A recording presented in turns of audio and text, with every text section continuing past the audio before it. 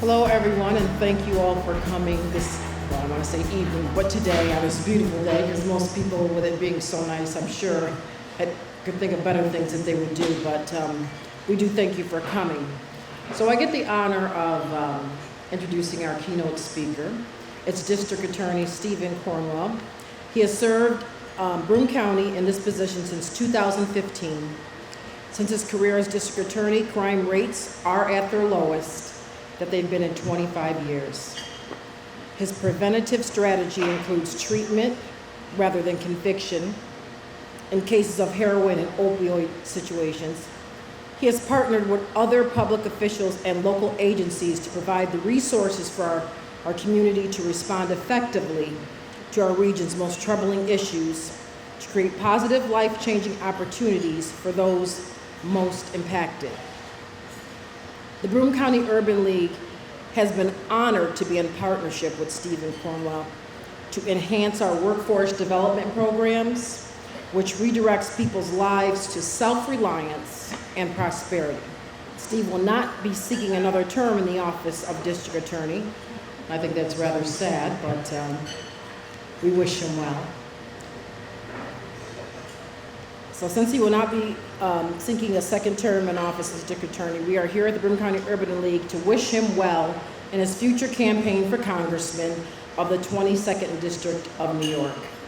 So without further ado, Steve Cornwell.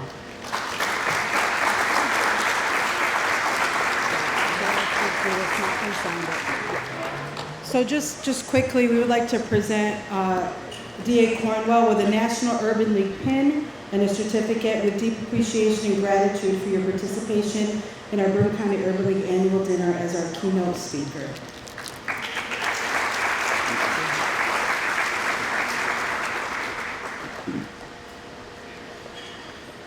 Thank you so much, and thank you very much, Jennifer. And I'd also like to thank the board of the Urban League and all the staff that is here today from the Urban League and all of you members of our community. And I really want to express my sincere appreciation for being invited to speak to you today. I'm proud to have had the opportunity to highlight the great work that the Urban League does and to highlight the partnership that we've had with the Urban League. I first met Jennifer Lesko about 4 years ago when I was running for district attorney, and I walked down to her office at the Urban League, and the first thing I noticed is that she's one of the hardest working people I have ever met. She runs 6 businesses basically out of the office, so I think you do a phenomenal job, and I want to recognize you for that and thank you for that.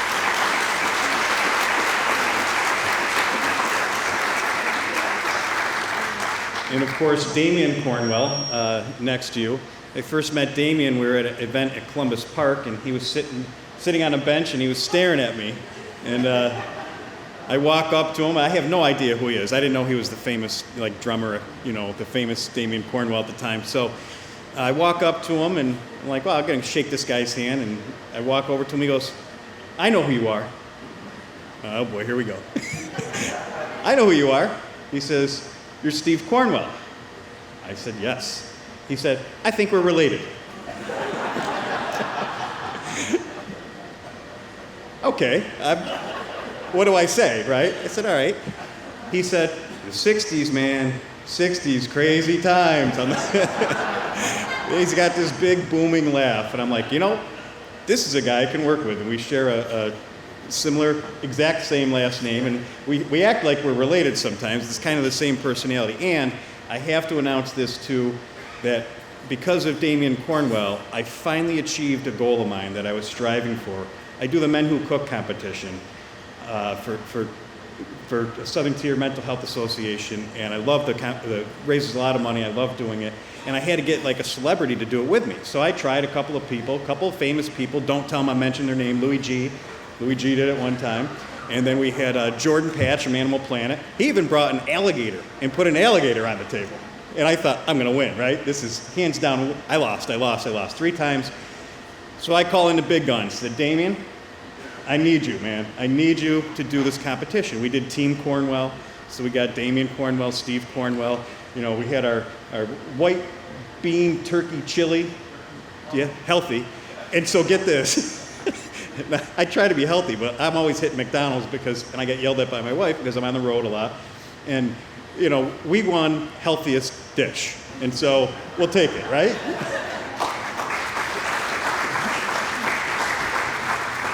Now, I was hoping it was fan favorite because we wanted to be the people's choice, you know, but we won. So it's been a great relationship to meet with you and work with both of you and everybody at the Urban League. And some people might think it's a little strange. You have a district attorney, and district attorneys, you know, prosecute crime. And, you know, what would the district attorney be doing, you know, partnering with the Urban League? How does that relationship come about? And people had asked me that along the way, and I said, well, it makes 100% sense to me. We need to be in the community. We need to be out in the community. And empowering communities and changing lives. That's the motto of the Urban League. And you see it up here behind me and on all the letterhead and on the websites. But you see it in practice. Empowering communities, changing lives. Both powerful statements on their own, but they connect so beautifully. Empowering communities by changing lives. Changing lives by empowering communities. And that's what the Urban League does. And I've been proud to work with them on so many issues. But, you know, we focus on crime prevention. And traditionally, DA's office focuses just on crime prosecution. But I looked at it a little differently.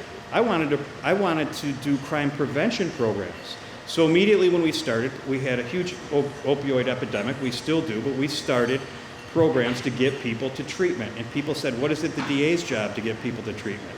I said, well, it's crime prevention. If people are in treatment, they're not using drugs, they're not stealing for drugs to support their habit, and they're not dying. So in my mind, that was one of the jobs of the district attorney was to focus on crime prevention programs. So we did that, and I could say today that we have put 1,000 people into treatment programs in Broome County in 3.5 years. 1,000. And we work with people that have not been charged with a crime, and they said, oh, they won't go to the DA's office and have you get them into treatment. We've gotten over 650 people into treatment that were not charged with a crime, that called our office and still call our office every week, and we find them treatment, we get them placed.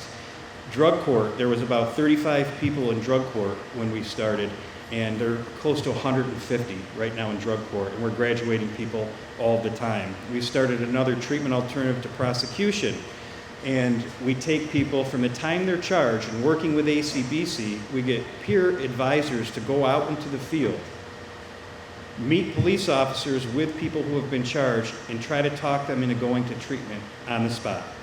And it's been successful. So far, we have had 200 people in the program. So we've had 200 people, and we're operating at about a 75% success rate of people that have stayed in the program and have not been rearrested. And we're proud of those numbers because those are 200 people that are not at risk of dying. They're not stealing to feed their habits. So we focus on those crime prevention programs. And one of the recent programs was a workforce program.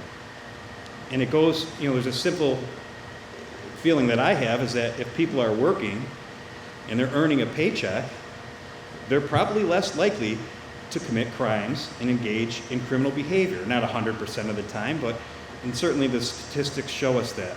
So we need to help people get jobs and job training. And we're doing that in our partnership with the Urban League, and they're doing a great job changing lives and empowering the community. And you've heard some of the results that the Urban League has in the Attain Labs and the Pathways program and the summer enrichment programs, the messaging that they put out, and just try to help people become self-reliant, economically self-reliant. And that's what works so good together. All of that, in my mind, is crime prevention. Getting people to believe in themselves and work and achieve are all good things, and we'll continue to keep doing that. So I want to thank all of you, because obviously all of you support the Urban League and are the people that really make this all work. But I also want to ask you to help more, your continued help and additional help.